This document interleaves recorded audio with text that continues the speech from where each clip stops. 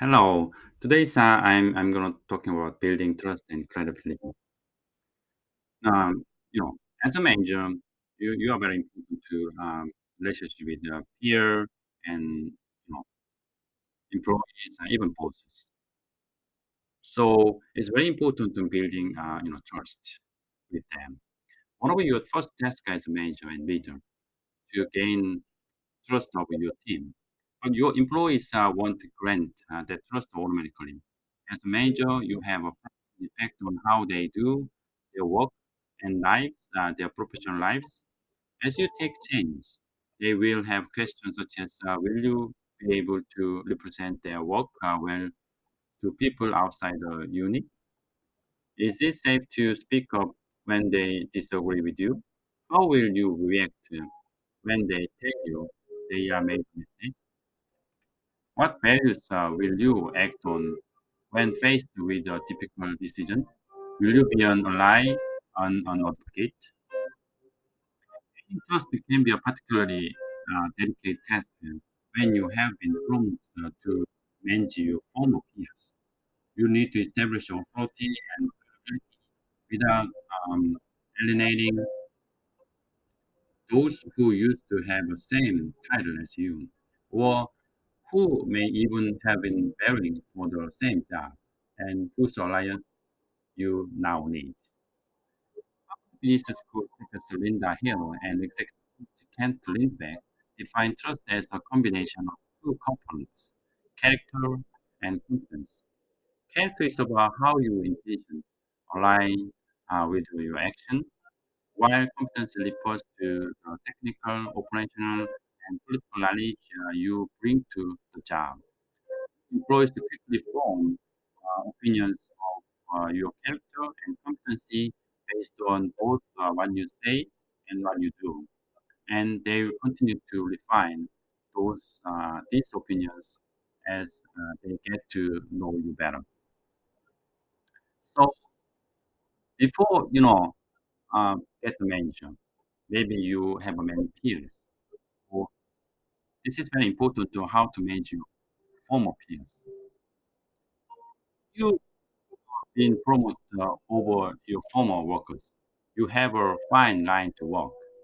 Here's how to get off on the right foot. Make people aware of the competition. Ideally, the team will learn about your promotion from someone else. So outgoing gossip or another supervisor. Make sure there's a plan in place for getting the word out.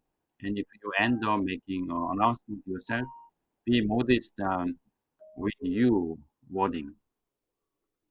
Don't introduce any major change right away. No matter how good your plan is, hold off for a bit. Aggressive change will look like a rejection of your predecessor, and you don't know how the supporter will feel about that. Don't keep this relationship right off. Meet with your team members whenever. Don't let people form assumptions about what your new relationship with them will be like. Show them. Spend time with each person individually and in small groups, sharing your vision and asking for feedback. What can I do to support your success? Is a great reading. Distance yourself. If you continue to socialize with people the way you used to, you will blur the lines that define your new role and open yourself to the acquisition that you are playing favorites. Make peace with your rival. If you compete for this job with peers, acknowledge to yourself that they've suffered the load overboard. It will look like you are gloating, but pull them aside to say that you value their contributions. If you can, take a specific action to back up your word, like assigning them on important tasks. Establishing your character. Your character is about your value. Are you out online only for your own gain or the company's profit? You also need to care about the groups. If you don't feel and feedback warm, your people will not trust your character no matter how able and productive you are. Demonstrate your interest in the group and its work in the following ways. Strive for competency. Being consistency. Sorry. Strive for consistency. Being consistent means that your actions are aligned with the values you profess. For example, if you emphasize rigor and accuracy to your team, you also vet your own information carefully and invite them to question your conclusion. Keep yourself promises and model ethical behavior from day one, even if it means making an unpopular decision like reassigning a well-liked employee who has a conflict of interest. By behaving consistently, you teach people that they can interrupt your actions in a straightforward way without worrying about your intention. Regulate your emotion.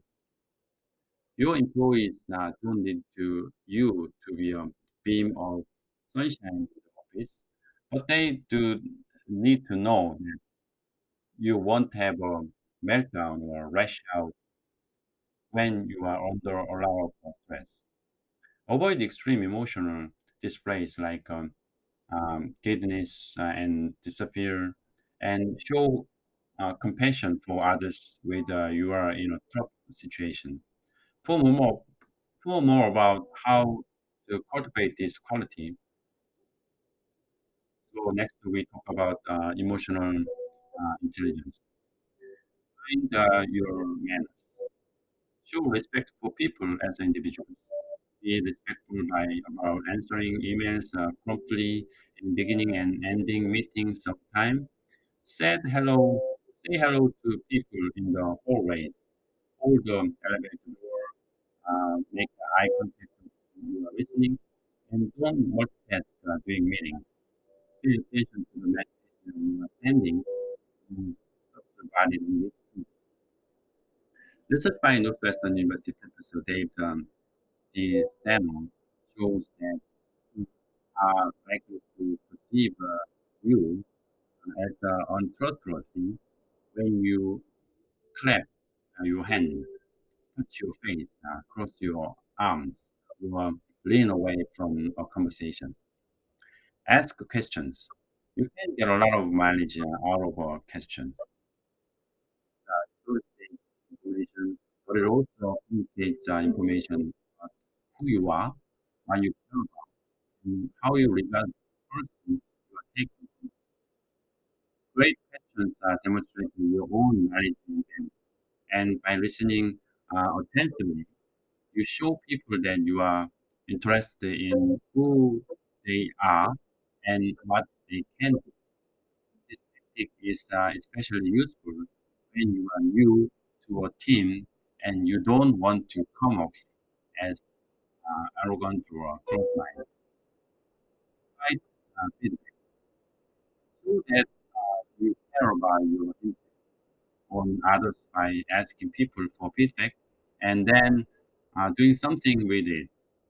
The point here isn't just to become a better manager, but to demonstrate the self-awareness.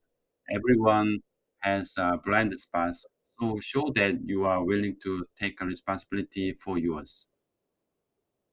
Give others a chance to shine.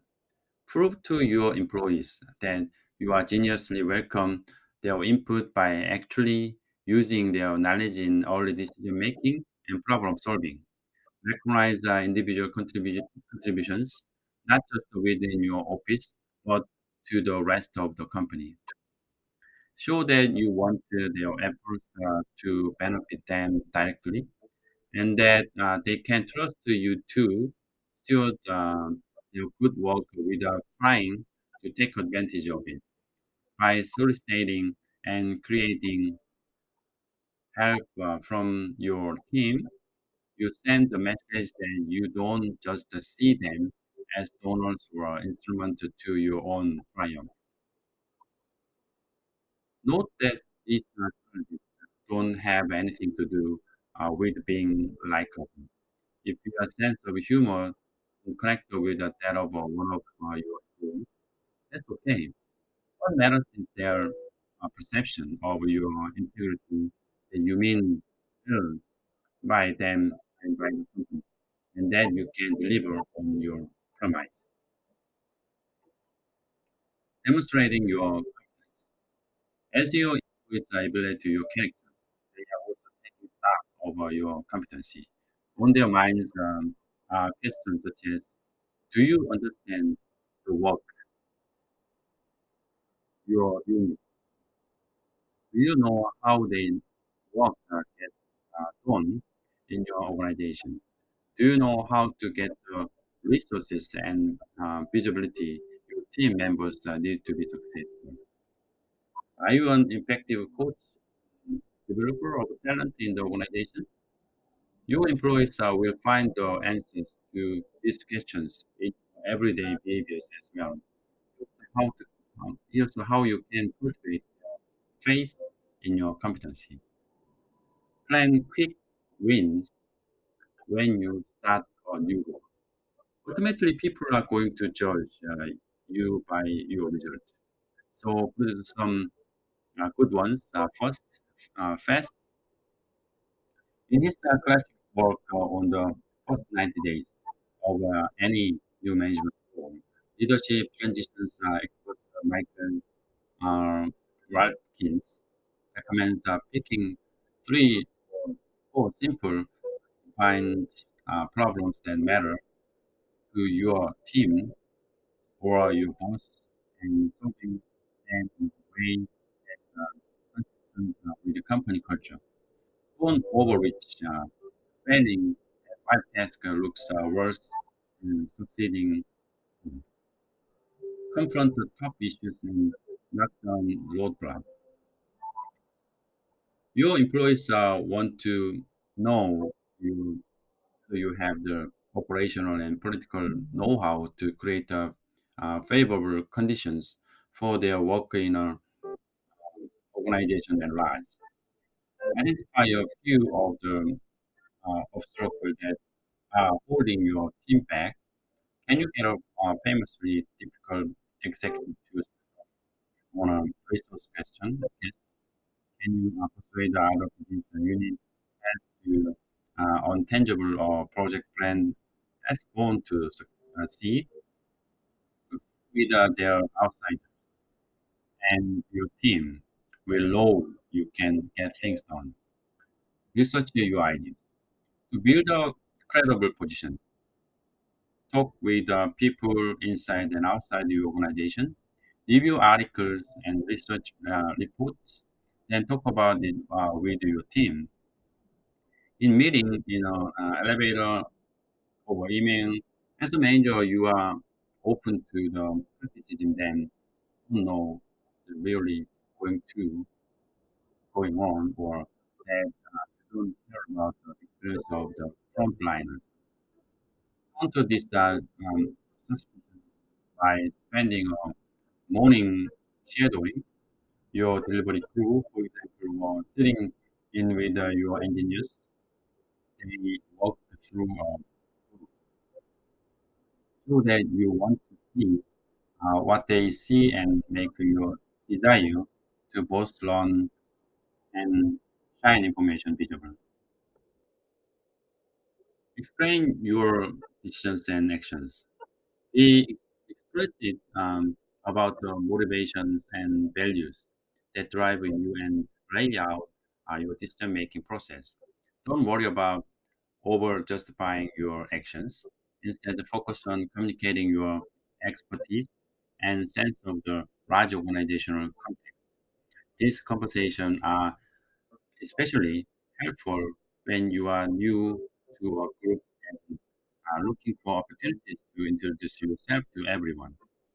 But keep your explanations tightly focused on the issue at hand so that you don't wander into an irrelevant discourse on every single one of your credentials. Be honest about what you do and don't know. It never pays to fake knowledge if it turns out you are wrong. At best, you are just look silly, and, and at worst, you will cause a serious problem for the rest of the group. Ask for um, clarification when you need it, and listen more than you. Don't make a big show of your expertise either. You look insecure and invite unhealthy competition from your subordinates. You demonstrate competence by engaging others openly to expand your range for backup. Your team might not trust you yet. So whom do they trust? Find the people whose opinions matter in your field and show that they support you. Cite sources like an industry journal. Get an endorsement from a guru inside your own company or hire an independent specialist. This credibility will argument your own and show that you are willing to commit real resources to success. Your presenter will be especially powerful if they exercise is in something you acknowledge isn't your strength. Ask others to test your idea merit. You probably know what it's like to work for someone who falls in love with their own ideas and want to entertain criticism, or who pushes their idea too far, too fast. Show that you welcome you in and want to test your idea thoroughly. Making a deliberate effort to gain others' trust may feel awkward at first, or even multiplicate. But remember, the goal isn't to convince the people that you are somebody you are not. Instead, you are trying to show them who you really are. And that's worth some time and talk through as you will see. Cultivating authentic leadership. People trust you when you are genius and authentic, not a replica of someone else. Writes Bill George, for former chairman and CEO of mentoring and a professor at Harvard. George and his co-authors popularized this concept as authentic leadership, arguing that the most effective leaders make them work deeply personal endeavor. They act from passion and according to their values, and they bring about change by building open, meaningful relationship with people in their organization who grow to trust them deeply. That trust comes from recognizing a real person behind the mask of power, someone who wears their motives and values and goals in the open for all to see. This authenticity is an important component of showing strong character. Authentic readers develop their individual styles through trial and error to explore and develop your own authentic leadership. Learn from your life story. Discovering your own uh, original story with supply, purpose, and inspiration in your future. Your value and goals come from somewhere. Connecting your present self with past experiences will deepen your understanding of why you work the way you do and why you care about the things that matter to you. Examine your history and learn to accurate your story and share it freely. Understand your extrinsic and intrinsic motivations. Extrinsic motivations, the external outcomes you seek, recognition, status, warrants, and so on. Intrinsic Extrinsic motivations are rewards internal to the self. Personal growth, so for example, or the satisfaction of helping others. All readers will acknowledge that extrinsic factors play a big role in their thinking, but it's important to understand how your work interacts with your internal sense of meaning too. Once you identify these motivations, you can look for opportunities to nurture them. Foster self-awareness. It can be painful to accept feedback from colleagues and be transparent about your own shortcomings in turn. You have, a, you have to open yourself to the judgment of the others, people you supervise, collaborate, and fit with, and want to impress. If you don't know how other people see you, any negative information, however minor, is devastating. The more clearly you understand the impacts you make on others, the better you will be processing criticism.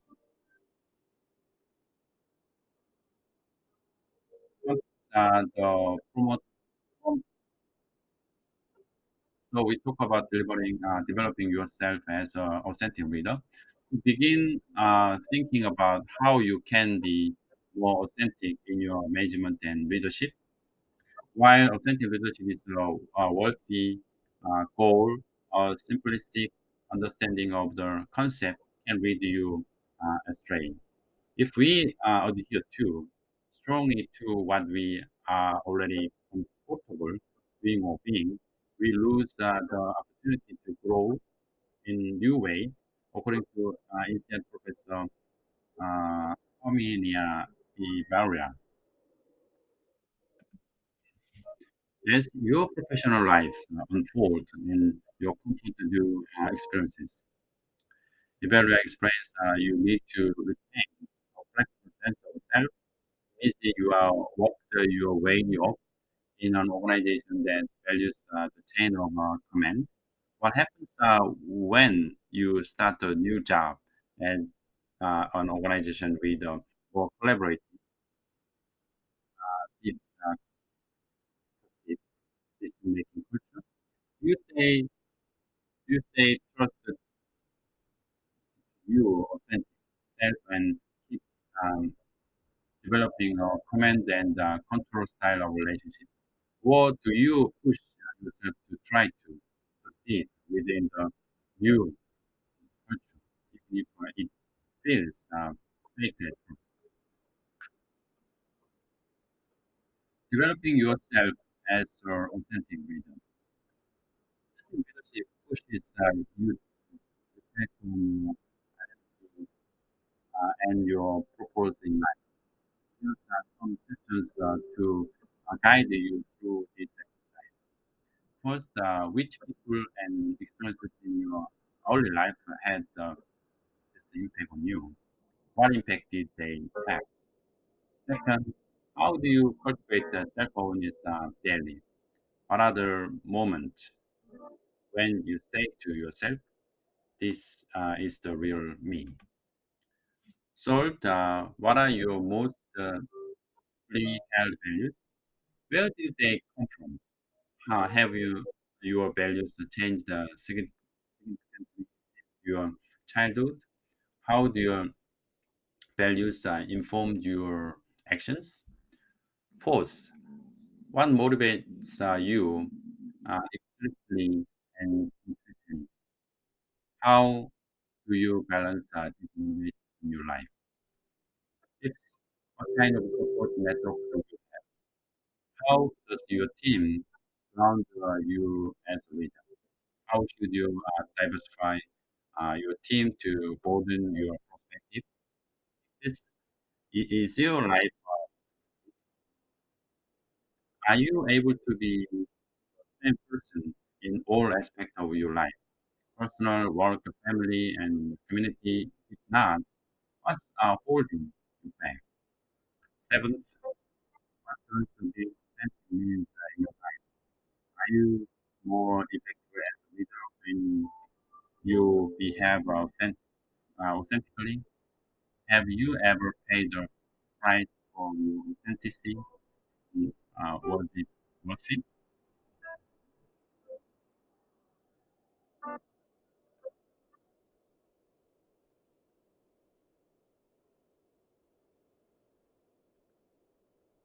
To become a leader, you must, to some extent, shape and create your identity for yourself. Permission to experiment with novel ways of working and of meaning. They feel uncomfortable. You are not pretending to be a different person. Whether you new experiences are geniusly transforming you. What originally feels uncomfortable may end up becoming a significant moment in your personal growth. But while you want to remain open to change, you don't necessarily need to open up to everyone else about it. Avoiding being too critical, about the insecurity you may feel as you face new management problems. Try out new leadership styles. If you are too rigid about personal transparency, folks, I've never owned a P&L before. I have no idea what I am doing. Will undermine your own development. Allow yourself to project self-awareness even when you don't feel like it. Find on that sense of awareness. Maybe the first step to world making in reals. Ethics and integrity. Finally, as discussed earlier, demonstrating ethical behavior is also important to establishing your team's trust in your character. It's also an important part of your role as a manager because business ethics is a set of norms about what right behavior looks like in the workplace and how you should navigate many conflicts that may arise in the interest of shareholders, like customer, workers, management, investor, the general public, and so on. It ex- extends into every part of your work, intersecting with your legal responsibility to comply with all laws and regulations and your uh, fiscal responsibilities to create wealth for the company and profits for the shareholder, for example. In the past, consideration of ethics was the province of companies like human resources general counsel office and senior management. That's no longer the case. It's now a primary duty of frontline managers. In many business schools, ethics is taught as one of the core responsibilities of all managers. It's an obligation you hold to your company and its shareholders, but also toward the people you manage. At the simplest level, your ethical position determines whether they feel safe in your organization from harassment and assault by customers or colleagues, for example. And even minor ethical failure can do serious damage to office morale. If your people don't trust you to set the right tone and contribute freely, instead they hold back their best to work out of fear and self-protection.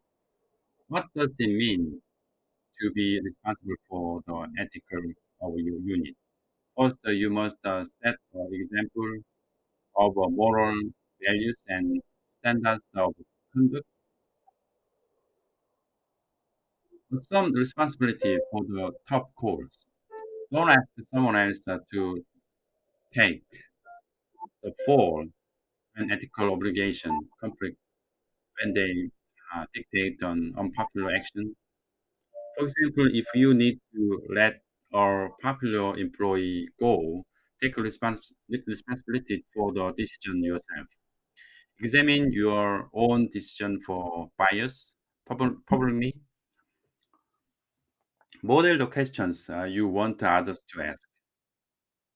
Laura Nessie, who's considered the business ethics from the perspective of both consultant and an academic at Harvard Business School, suggests asking questions such as how would you define the problem if you stood on the other side of the fence? Could you accident or action injury? Are you confident that your position will be bailed over a long period of time as it seems now? Could you disclose without harm your decision or action to your boss, your CEO, board of directors, your family, society as a whole? Demonstrate the genius concern or your company's consistency. Your economic duties to shareholder and investors don't erase the ethical responsibilities you have to customer, employees, suppliers, and border community. For example, if you supervise someone who brings in a lot of business so sexually practice people involved with, even people outside your team, don't sweep their behavior under the rug. Second, you must ensure ethical behavior among your team.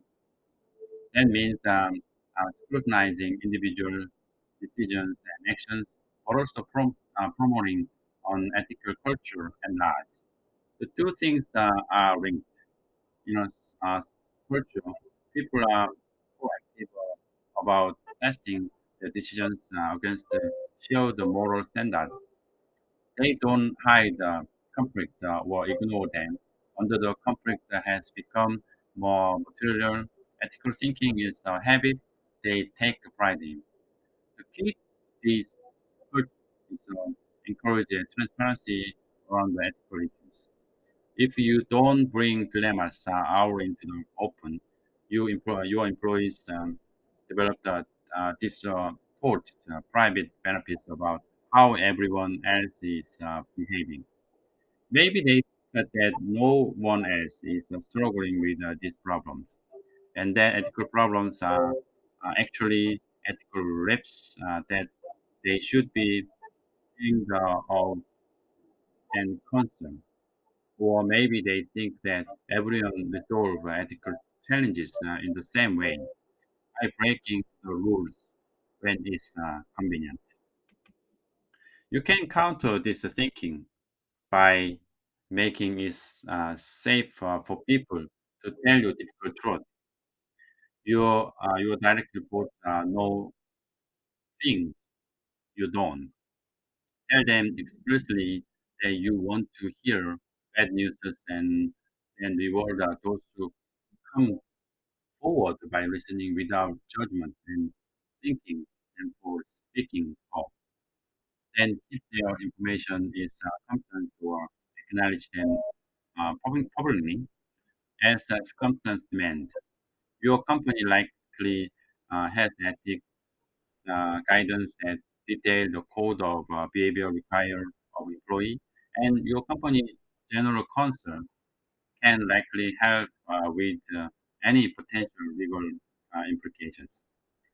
These uh, codified standard happen. But what makes ethics so difficult is that not everyone has the same rules. Our ethical compass have been uh, conditioned by our upbringing, our education, and the behavior we observe around us. You ultimately need to have your own compass for ethical issues. The fact that someone in your company tell you something is ethical doesn't make it so.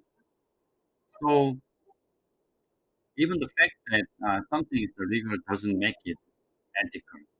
If your instincts tell you an ethical issue may be surfacing, consult with your boss or someone else in a relationship role as a great to discuss your concern and um, request guidance. Trust is the single most powerful tool you have to get work done. It's not a game. You play with your employees, saying and doing the things that you think they like. It's the actions you take to earn their trust continuously transform you into the leader they need. Being mindful of your character, your competency, and your ethical standards is essential to your ability to learn credibility as a leader.